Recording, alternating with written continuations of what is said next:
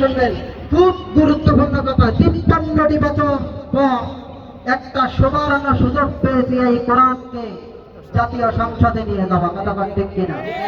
আল্লাহর নবী সাল্লাল্লাহু আলাইহি ওয়াসাল্লাম 63 বছর জিন্দেগি শুধুমাত্র এই কোরআন সমাজে প্রতিষ্ঠিত করার জন্য মুজাহাদা করে গেছেন, বদরে রক্ত দিয়েছেন, উহুদে রক্ত দিয়েছে, শুধুমাত্র এই কোরআন প্রতিষ্ঠিত করার জন্য। কতক্ষণ ঠিক কিনা? বন্ধুগণ আমার, ভাইয়েরা আমার, অনেকেই বলে রাজনীতির কথা বলবেন না। আরে মিয়া, কোরআনের উপরে কোনো বড় রাজনীতির কিতাব আছে? যারা উল্টা পাল্টা চিন্তা করতেছেন খবরদার, সাবধান হয়ে যান। এটা কিন্তু আমি পিঠে চামড়া খুলে লবণ দেব। টেন্ডারবাজি এখনো বন্ধ হয় নাই। কতক্ষণ ঠিক কিনা?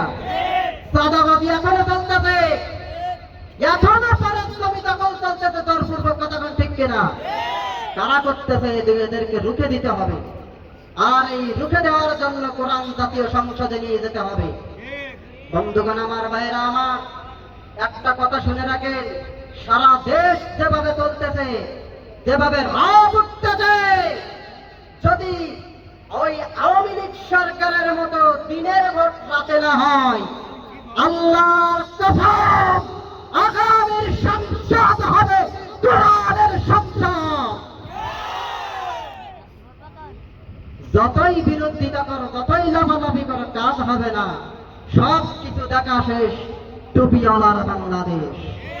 বাংলার গলিতে গলিতে, বাংলার আনাচে কানাচে, মানুষের বন্ধঘর থেকে বঙ্গভবন পর্যন্ত কালেমার পতাকা উড়বে। কারণ আল্লাহর নবী বলছে,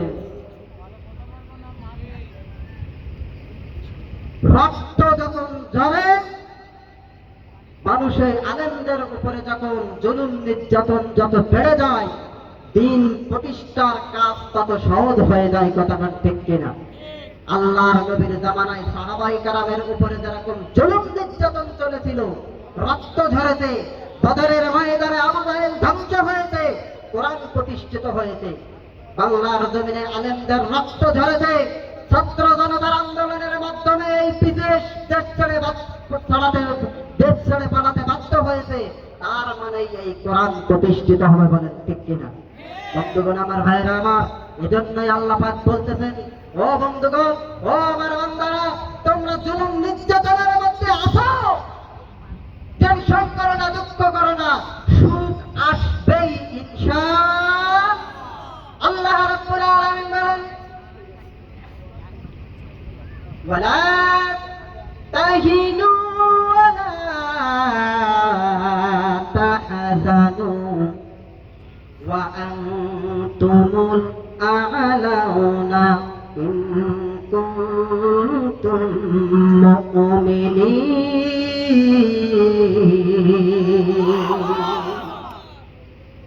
বন্ধুরা, ভাইয়েরা আমার, আল্লাহ রাব্বুল আলামিন বলতেছেন, বান্দা শোনো, তোমার উপরে ওই জালিমের বাচ্চারা, ফেরাউনের গোষ্ঠীরা, ফেরাউনের দালালেরা, আবু জাহেলের চামচারা তোমাদের উপরে জুলুম নির্যাতন করবে। এমনকি বর্তমান জামানায় এসে শেখ হাসিনার মতো আয়না ঘর তৈরি করে ওই আয়না ঘরের মধ্যে বন্দি করে রাখবে। টেনশন করো না রে বান্দা, আমি আল্লাহ তোমাদের বিদায় দেব। যদি জালেমের সামনে দাঁড়িয়ে আমি আল্লাহর উপরে ঈমান রাখতে পারো, আমি আল্লাহ কথা দিলাম, তোমাদের কোনো টেনশন নাই, তোমাদের কোনো চিন্তা নাই, আমি আল্লাহ তোমাদের বিজয় দেব। যদি তোমরা প্রকৃত মুমিন হতে পারো। বলেন সুবহানাল্লাহ। মুমিন হতে পারো, ঠিক কিনা? দেখো, মুমিন তো আমাদের সামনে অনেকেই আছে, ঠিক কিনা? আমরা এখানে যারা আছি সবাই কিন্তু ঈমানদার। কেউ দাবি করবে যে আমি বেঈমান, কেউ বলবে না। ওই যে একজন মুমিন বসে আছে, উনিও মুমিন, আপনিও মুমিন, আমিও মুমিন। যে ব্যক্তি বলতেছে কেউ শুক্রবারের নামাজ পড়ে সেও মুমিন, যে শুধুমাত্র ঈদের নামাজ পড়ে সেও মুমিন, আবার কেউ কেউ বক্তব্য দেয় মুসলমান, কথা ঠিক কিনা? আবার অনেকেই বক্তব্য দিচ্ছে যে কোরআন একটা ভাউতাবাদী, নাউযুবিল্লাহ বলে, সেও মুমিন। আবার একজন বড় লিডার দেখলাম স্টেজে বসে, মানে স্টেজে দাঁড়িয়ে মাইক হাতে করে নিয়ে বলতেছে আমাদের নবীর নাম হলো, আমাদের নবীর নাম হলো, আমাদের নবীর নাম হলো। মুখি দাঁড়ি আপনারা দেখছেন না? দেখেছেন কেউ? যদি কমতে দেখিনি তাহলে এখনই আমার মোবাইলে আছে, দেখাবো। সে এখন বড় লিডার। আচ্ছা, এই সমস্ত গাঁজাখোর লিডারদেরকে যদি আমরা জাতীয় সংসদে পাঠাই, আবার আওয়ামী লীগ সরকারের মতো টেন্ডারবাদী চলবে। আমার জন্য কেন ঠিক কিনা বলে? এজন্যই আমাদের সংগ্রাম থাকবে আগামীর সংসদ যেন, এই আগামীর সংসদে যদি আমরা কোন কোরআন নিয়ে যেতে পারি সেই চেষ্টা আমাদের করতে হবে, কথা ঠিক কিনা? বন্ধুরা আমার ভাইরা, এজন্য আল্লাহ রাব্বুল আলামিন বলতেছেন, বান্দা টেনশন করো না, আমি আল্লাহ তোমাদের বিজয় দেব। তোমরা যদি প্রকৃত মুমিন হতে পারো, তাহলে এই মুমিন কারা জানার দরকার আছে না নাই? আল্লাহ রাব্বুল আলামিন বলতেছেন, বান্দা শোনো, ওই যে টুকরা টুকরা নিয়ে মসজিদে ওঠে জিকির আজকার করলে মুমিন হওয়া যায় না। ওই যে শুধুমাত্র টুপি মাথায় দিয়ে ইমানদার দাবি করা যায় না। শুধুমাত্র পাঞ্জাবি গায়ে দিয়ে মুখিয়ে দাঁড়িয়ে রেখে ইমানদার দাবি করা যায় না। মাথায় টুপি দেওয়া যেরকম সুন্নাত, দাড়ি রাখা সুন্নাত, জিকির করা সুন্নাত, ঠিক তদারক ভাবে উহুদের ময়দানে আল্লাহর নবী যেরকম দাম মোবারক শহীদ করেছেন, প্রয়োজনে এই কোরআন প্রতিষ্ঠিত করার জন্য ময়দানে দাঁড়িয়ে মিছিল করা সুন্নাত।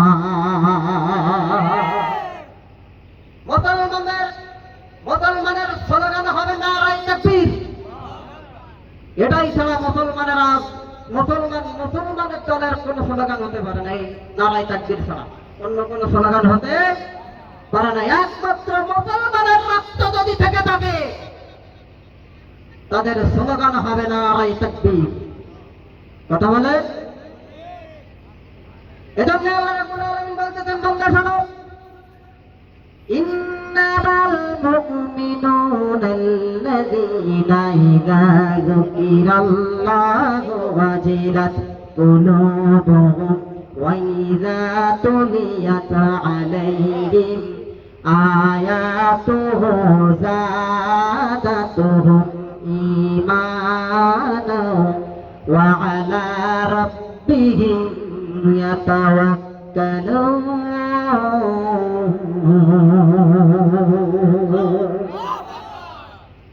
বন্ধুরা আমার ভাইরা, আল্লাহ রাব্বুল আলামিন বলতেছেন, ইন্নামাল মুমিনুন, নিশ্চয় তারাই হলো মুমিন, আল্লাযীনা ইযা যুকিরাল্লাহ, যখন তাদের সামনে আল্লাহর জিকির করা হয়। কি করা হয়? আল্লাহর জিকির করা হয়। আল্লাহর নবী বলতেন, আফদালুয যিকরি তিলাওয়াতুল কোরআন, সবথেকে উত্তম জিকির হলো কোরআন তেলাওয়াত করা, কোরআনের আলোচনা করা, সবথেকে উত্তম জিকির। সুতরাং এই কোরআন তেলাওয়াত করলে, কোরআনের আলোচনা শুনলে যাদের অন্তরটা নরম হয়ে যায়, যাদের অন্তরটা গলে যায়, ওরাই হলো মুমিন। আর এই কোরআনের আলোচনা শুনলে যাদের মন খারাপ হয়ে যায়, মনে করতে হবে ওটা আওয়ামী লীগ দিয়ে জন্ম। কারণ বিগত 16টি বছর এই আওয়ামী লীগ সরকার কোরআন পড়তে পারেনি। বিগত 16টি বছর এই আওয়ামী লীগ সরকার কোরআন সহ্য করতে পারেনি, কথা ঠিক কিনা? ওনারা বড় গলায় বলতো, আমাদের নেত্রী 5 ওয়াক্ত নামাজি, প্রতিদিন সকালবেলা কোরআন তেলাওয়াত না করে কোনো কাজ করতেন না। কিন্তু কিভাবে একজন মুসলমান, যে ব্যক্তি কোরআন তেলাওয়াত করে কাজ শুরু করে, সে ব্যক্তি কোনদিন আল্লামা সাঈদীর মতো মুফাসসিরকে সন্তুষ্ট করে রাখতে পারে না। আমি গত বছর এখানে বলেছিলাম, আমার হুজুর এখনো বেঁচে আছে, আমাকে বাধা দেওয়া হয়েছিল, কথা ঠিক কিনা? কিন্তু আমি সঙ্গে সঙ্গে বলেছিলাম, মুনাফিকরা সহ্য করতে পারবে না। আমি সময়ে সেদিন আওয়ামী লীগ সরকারের নাম নিয়ে বলতে পারেনি, কারণ অনেক চাপ ছিল মাথায়, কিন্তু অন্যভাবে বলেছিলাম। অনেকেই টের পেয়েছিল। আজকে সরাসরি বলতেছি, শেখ হাসিনা এবং আওয়ামী লীগ সরকার থেকে বাংলাদেশের গর্ব আল্লামা সাঈদীকে হত্যা করেছে। আর এটা করেছে ঠিক ওই মোদির ষড়যন্ত্রে, কারণ মোদির সাথে শেখ হাসিনার হটলাইন আছে নাই, মাঝে মাঝে আবার সৌদি আরব যায়, আবার পট্টিবর্তীও যায় ভারতে। বন্ধুরা আমার ভাইরা, এজন্য আল্লাহ রাব্বুল আলামিন বলতেছেন, যাদের সামনে কোরআন তেলাওয়াত করলে অন্তরটা নরম হয়ে যায়, ওরাই হলো মুমিন। আর ইমানদারের সামনে যখন এই কোরআন তেলাওয়াত করা হবে, তখন এই মুমিন ইমানদারের ঈমান বৃদ্ধি পেতেই থাকবে। বলুন সুবহানাল্লাহ। ওয়া আলা রাব্বিহিম ইয়াতাওয়াক্কালুন। আর এই মুমিন ইমানদার ব্যক্তি দুনিয়ায় কারোর উপরে তাওয়াক্কুল না করে, কোন দালালের পরোয়া না করে, শুধুমাত্র কেবলমাত্র যতই জুলুম নির্যাতন আসুক না কেন, তারা একমাত্র আল্লাহর উপরে তাওয়াক্কুল করবে। এটাই হলো মুমিনের চরিত্র। বলেন সুবহানাল্লাহ। এই আয়াতের তরমার মর্যাদা বুঝছিলেন আল্লামা সাঈদী, এই আয়াতের মর্যাদা বুঝছিলেন গোলাম আজম, এই আয়াতের মর্যাদা বুঝছিলেন আলী হাসান মুজাহিদ। এই জন্য তারা ফাঁসির কাষ্টে ঝুলেছে, তারপরেও জালিম শাসকের কাছে মাথা নত করে নাই। সম্মানিত হাজিরিন, আমি যে আয়াত থেকে তেলাওয়াত করেছি, সূরাটির নাম হলো সূরাতুল মায়েদা। আমি এবার আমার মূল আলোচনার দিকে চলে যাচ্ছি। সূরাটির নাম হলো সূরা মায়েদা। কি সূরা? এই মায়েদা শব্দের অর্থ হলো প্যাকেট ভর্তি খাদ্য। আরেকটি অর্থে বলা হয় দস্তরখানা। হুজুর পাশে বসা আছে। আল্লাহর নবী মুসা আলাইহিস সালাম ফিরআউনকে দ্বীনের দাওয়াত দিলেন। মুসার শত্রু হয়ে গেল কে? আপনাদের খেয়াল কি আমার দিকে আছে? মুসা আলাইহিস সালাম ফিরআউনকে দ্বীনের দাওয়াত দিল, মুসার শত্রু হয়ে গেল কে? ফিরআউন। যেই না কালেমার দাওয়াত দিয়েছে, সঙ্গে সঙ্গে ফিরআউন বাহিনী মুসাকে তাড়া করেছে। বন্ধুগণ আমার, ভাইরা আমার, বিগত 16টি বছর দেখেছি, মসজিদে বসে যদি কেউ একটু বৈঠক করত, এলাকায় কিছু রক্তে ভেজাল মুসলমান ছিল, তারা ওই পুলিশ ডেকে এনে বলতো এখানে জামাতের মিটিং চলতেছে।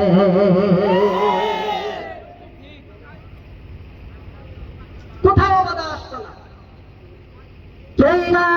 বীর মুসলমান ওমরের উত্তরসূরি, আমির হামজার উত্তরসূরি একদল বীর মুসলমান যেখানে কোরআনের বৈঠক করত, আওয়ামী লীগ দম ধরে কিছু কোরআনগারের বাচ্চারা পুলিশ থেকে রাজাকার বলে মামলা দিত। কোথায় গেল সেই অহংকার? কোথায় আওয়ামী লীগ?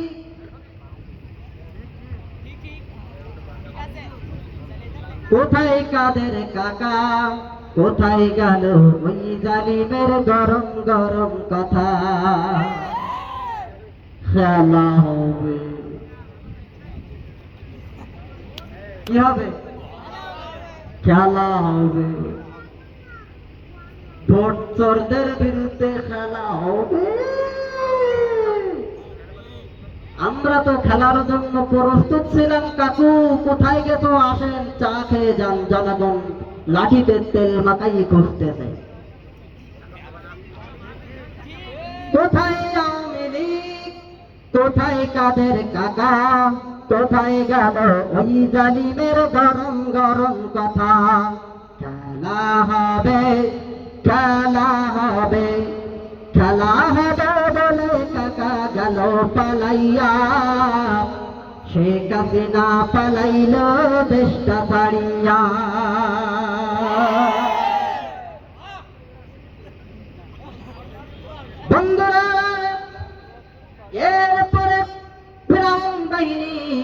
মুসা আলাইহিস সালামের সঙ্গীদেরকে তাড়া করল।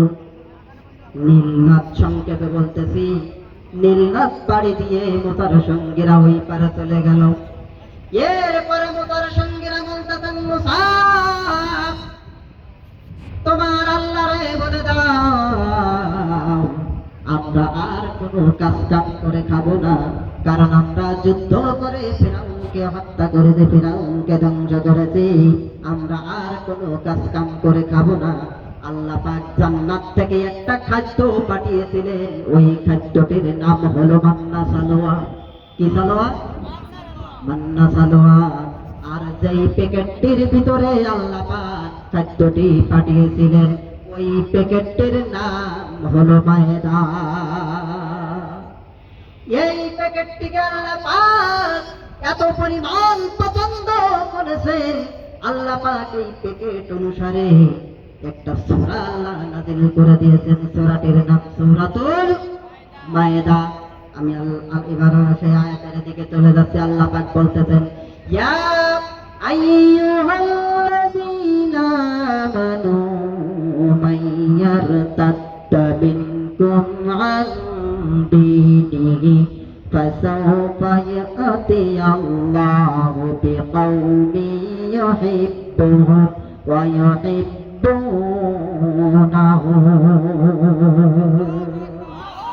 আল্লাহ রাব্বুল আলামিন বলতেছেন, বান্দারা যদি মনে করো তোমার দিন থেকে, তোমার ধর্ম থেকে, তোমার ইসলাম থেকে কোন লোক বের হয়ে চলে যাচ্ছে, যদি মনে করো তোমাদের অভিভাবকদেরকে, তোমাদের নেতাদেরকে ফাঁসি দিয়ে মারতেছে, যদি মনে করো তোমাদের নেতাদেরকে ইংরেজন পুশ করে মেরে ফেলতেছে, এই জন্য মন খারাপ করো না, এই জন্য মন খারাপ করো না।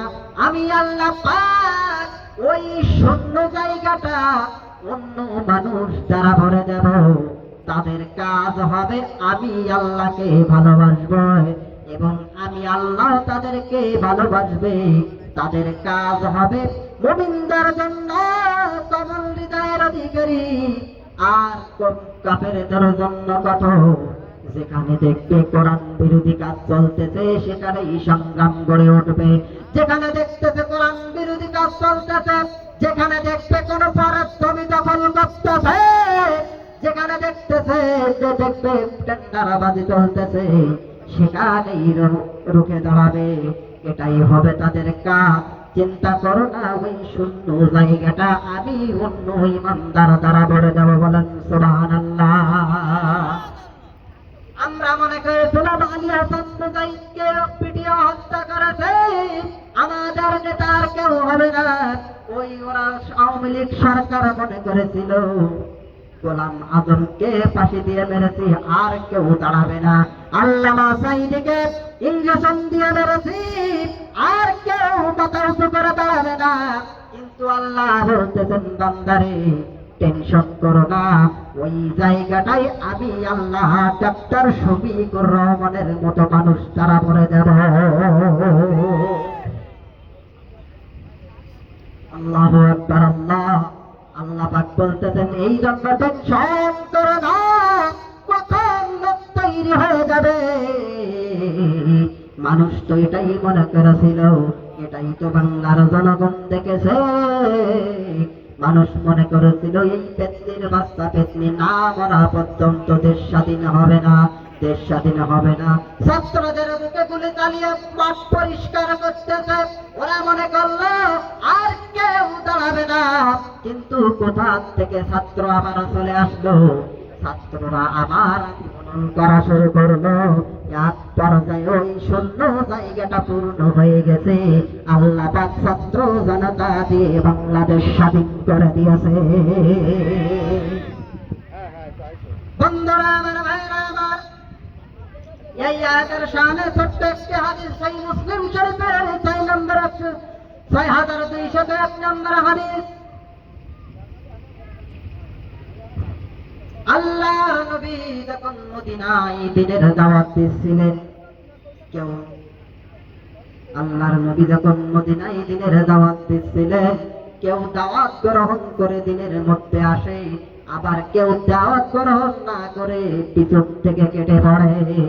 এরকম পিছন দিক থেকে কেটে পড়া মানুষ আমাদের সমাজে আছে না নাই?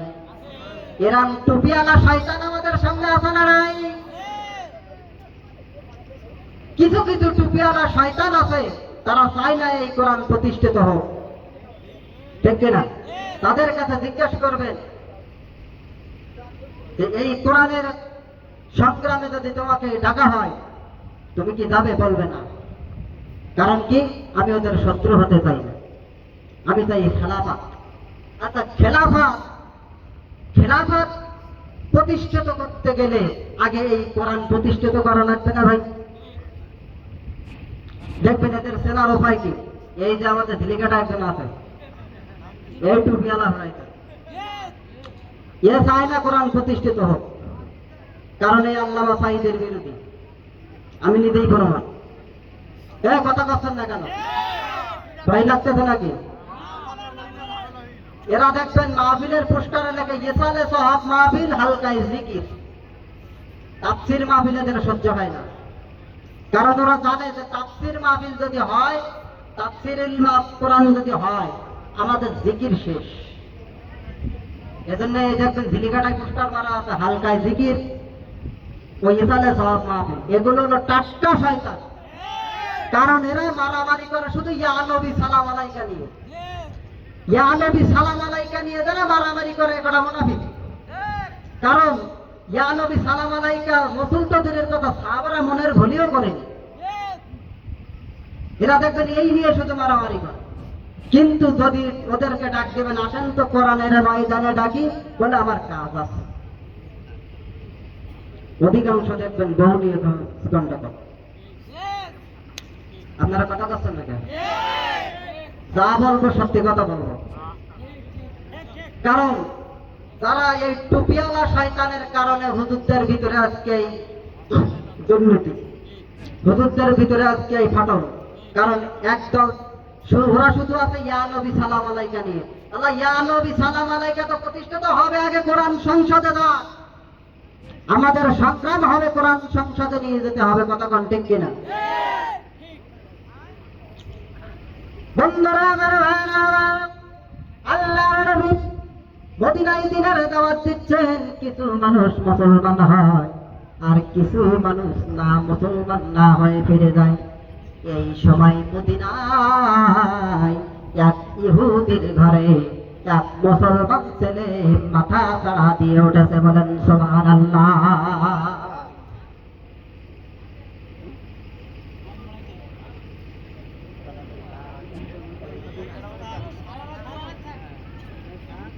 ওই ইহুদির নাম হলো জালবিব। নাম কি? ওই ইহুদির নাম হলো জালবিব, আর ছেলেটির নাম হলো হুবাব রাদিয়াল্লাহু তাআলা আনহু। ওই ইহুদির 1000 বিঘা জমি। একদিন ওই জালবিব ইহুদি তার ছেলেকে ডাক দিয়ে বলতেছে, ছেলে, আমার এই 1000 বিঘা জমি, তুমি আমার একমাত্র উত্তরাধিকারী। আমি মারা যাওয়ার পরে গোত্রের নেতা হবে তুমি। ছেলে তখন বলতেছেন, বাজার, ওই যে তোমার লাইব্রেরিতে 20 নম্বর তাকে সুন্দর একটা রুমালে কি যেন পেঁচানো আছে, ওই জিনিসটা আমাকে তুমি দেখাও না কেন? বাবা তখন বলতেছেন, বাজান রে, খবরদার খবরদার, ওই জিনিস তুমি দেখার চেষ্টা করো না। তুমি যখন বড় হবে ওই রুমালের ভিতর থেকে মূল লোকটারে ধরে যদি হত্যা করতে পারো, সারা পৃথিবীতে ইহুদিদের রাজত্ব টিকে থাকবে। বলেন নাউযুবিল্লাহ। এরপরে ছেলে তখন বলতেছেন, বাজান, ওর ভিতরে কি আছে আমাকে দেখাই লাগবে। উঠে পড়ে লেগেছে। একদিন জালবিবের স্ত্রী তার ছেলেকে ডাক দিয়ে বলতেছেন, বাজান, ওই যে ওই পাশের জমিতে আগাছা পড়ে আছে, একটু আগাছা পরিষ্কার করে আসো। আগাছা পরিষ্কার করতে গেল, সালবিন তার স্ত্রীকে ডাক দিয়ে বলতেছেন, স্ত্রী ছেলে তো চলে গেছে, আসো এবার এই ফাঁকে আমরা একটু মদ পান করে নেই। কি করে নেই? মদ পান করে নেই। কারণ যতই আমরা খারাপ হই না কেন, ছেলের সামনে তো খারাপ কাজ করা যায় না। দেখবেন যারা মদ খায় এরা প্রথম ছিল বিড়িখোর। কথা কাছেন না কেন? যারা মদ খায় এরা প্রথম ছিল বিড়িখোর, এরপর হয়েছে সিগারেট খোর, এরপর হয়েছে গাঁজাখোর, তারপর হয়েছে মদখোর। আল্লাহু আকবার। এই মাদককে আমাদের সমাজ থেকে দূর করতে হবে। আওয়ামী লীগ সরকার শুধু বলতো যে আমরা মাদক দূর করব, অথচ ওনাদের বড় বড় মন্ত্রীরা নাই তো মদ করছে। আর মদ খেয়ে মাতাল হয়ে আইন মন্ত্রী উনি বলতেন যে আল্লামা সাইদের নাম নিতে আমার ঘৃণা করে। এরপর